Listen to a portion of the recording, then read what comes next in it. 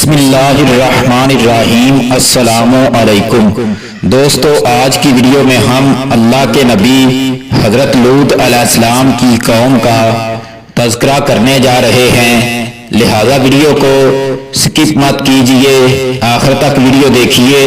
اگر چینل پر نئے ہیں تو چینل کو سبسکرائب کر لیں تاکہ آئندہ آنے والی ویڈیو آپ تک پہنچتی رہے۔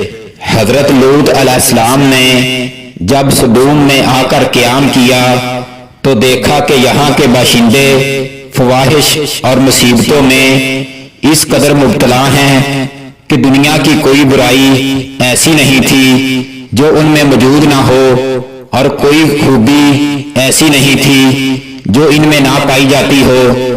دنیا کی سرکش، بد اخلاق اور بد اعتبار اقوام کے دوسرے عیوب و فواحش کے علاوہ یہ قوم ایک خبیث عمل کی موجد تھی، یعنی اپنی نفسانی خواہشات کو پورا کرنے کے لیے وہ عورتوں کی بجائے مرد لڑکوں سے اختلاط رکھتے تھے۔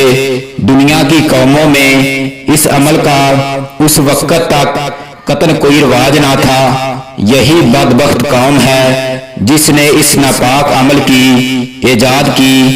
اس عمل کا نام لواطت مشہور ہے، اور اس سے بھی زیادہ شرارت، خباثت اور بے حیائی یہ تھی کہ وہ اپنی اس بد کرداری کو عیب نہیں سمجھتے تھے، اور علی الاعلان فخر و مباحت کے ساتھ اس کو کرتے رہتے تھے۔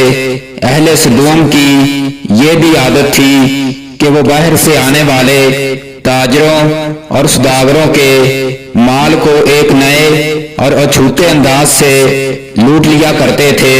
ان کا یہ طریقہ تھا کہ جب کوئی سوداگر باہر سے آ کر صدوم میں مقیم ہوتا تو اس کے مال کو دیکھنے کے بہانے سے ہر شخص تھوڑی تھوڑی چیزیں اٹھاتا اور لے کر چل دیتا، اور تاجر بیچارہ حیران و پریشان ہو کر رہ جاتا۔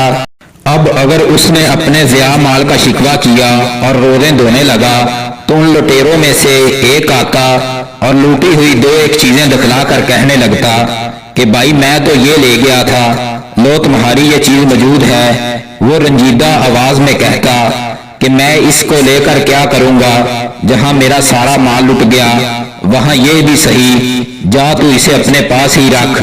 جب یہ معاملہ ختم ہو جاتا تو اب دوسرا آتا اور وہ بھی اسی طرح کوئی معمولی سی چیز دکھا کر وہی کہتا جو پہلے نے کہا تھا، اور سوداگر رنج و غم اور غصے میں اس سے بھی پہلی بات کہہ کر لٹا دیتا۔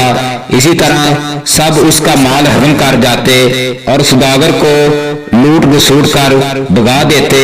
حضرت ابراہیم علیہ السلام اور حضرت سارہ علیہ السلام نے ایک مرتبہ حضرت لوط علیہ السلام کی عافیت و خیر معلوم کرنے کے لیے اپنے خانہ زاد الیارز دمشقی کو صدوم بھیجا۔ یہ جب بستی کے قریب پہنچا تو اجنبی سمجھ کر ایک صدومی نے اس کے سر پر پتھر کھینچ مارا، الیارز کے سر سے خون جاری ہو گیا۔ تب آگے بڑھ کر صدومی کہنے لگا کہ میرے پتھر کی وجہ سے یہ تیرا سر سرخ ہوا ہے، لہذا مجھے اس کا معاوضہ ادا کر، اور اس سے مطالبے کے لیے کھینچتا ہوا صدوم کی عدالت میں لے گیا۔ حاکم صدوم نے مدعی کا بیان سن کر کہا کہ بے شک الیارز کو صدومی کے پتھر مارنے کی اجرت دینی چاہیے۔ الیارز یہ سن کر غصے میں آ گیا اور ایک پتھر اٹھا کر حاکم کے سر پر دے مارا اور کہنے لگا کہ میرے پتھر مارنے کی جو اجرت ہے وہ اس صدومی کو دے دینا، اور یہ کہہ کر وہاں سے بھاگ گیا۔ اہل صدوم اس قدر ظلم، فحش، بے حیائی، بد اخلاقی اور فسق و فجور میں مبتلا تھے جس کا بیان کرنا ناممکن ہے۔